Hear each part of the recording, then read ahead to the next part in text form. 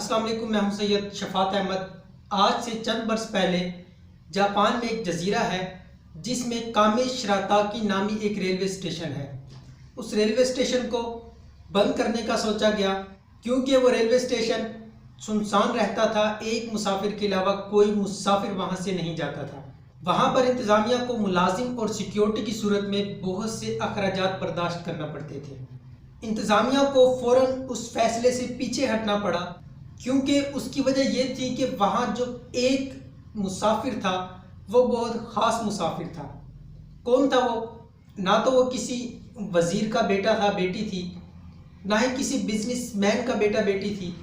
सिर्फ़ और सिर्फ उसकी वजह ये थी कि वो जो मुसाफिर था यानी कि वो खातून थी जो कि कॉलेज में पढ़ती थी, जिसका जाने का ज़रिया सिर्फ़ और सिर्फ वो रेल गाड़ी थी जो वहाँ पर रुकती थी, जिसके ज़रिए वो कॉलेज जाती थी। इंतज़ामिया ने उस एक बच्ची की वजह से रेलवे स्टेशन को बंद ना किया, बहुत से अखराजात उठाए और उन रेलवे गाड़ी के औकात भी उस कॉलेज के औकात के मुताबिक मुकर्रर कर दिए गए थे।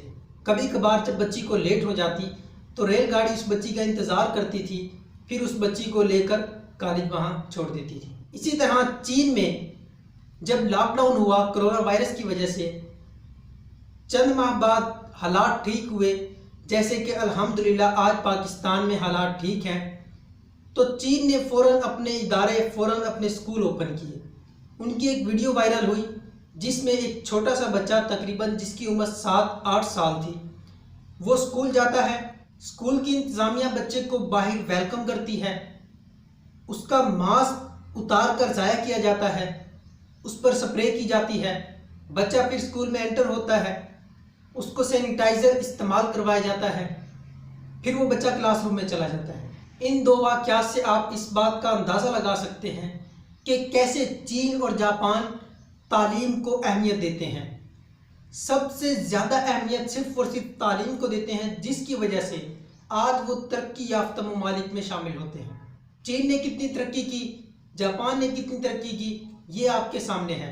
और इसके बरअक्स पाकिस्तान में तालीम को कितनी अहमियत दी जाती है, इससे भी आप बखूबी वाकिफ़ हैं।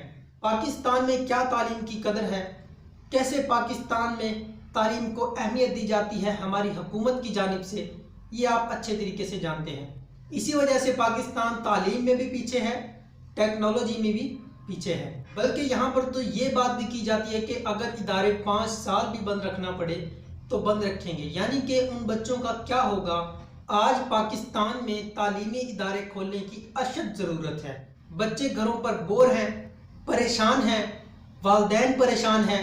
बच्चों का दिल चाहता है कि किसी तरह स्कूल पहुँचें, बच्चों का बहुत ज़्यादा नुकसान हो रहा है तालीम का, लेकिन हमारी हुकूमत को तालीम की बिल्कुल परवाह नहीं, बच्चों की परवाह नहीं, वालिदैन की परवाह नहीं। जैसे अल्हम्दुलिल्लाह इस वक्त हालात बेहतर हैं, हुकूमत को चाहिए कि ईद के बाद इदारों को ओपन किया जाए, SOPs के मुताबिक ओपन किया जाए, ताकि बच्चों को जंग ना लगे, बच्चे पढ़ते रहें, बच्चों का नुकसान ना हो। इसी के साथ इजाज़त चाहूँगा। Thank you. अल्लाह।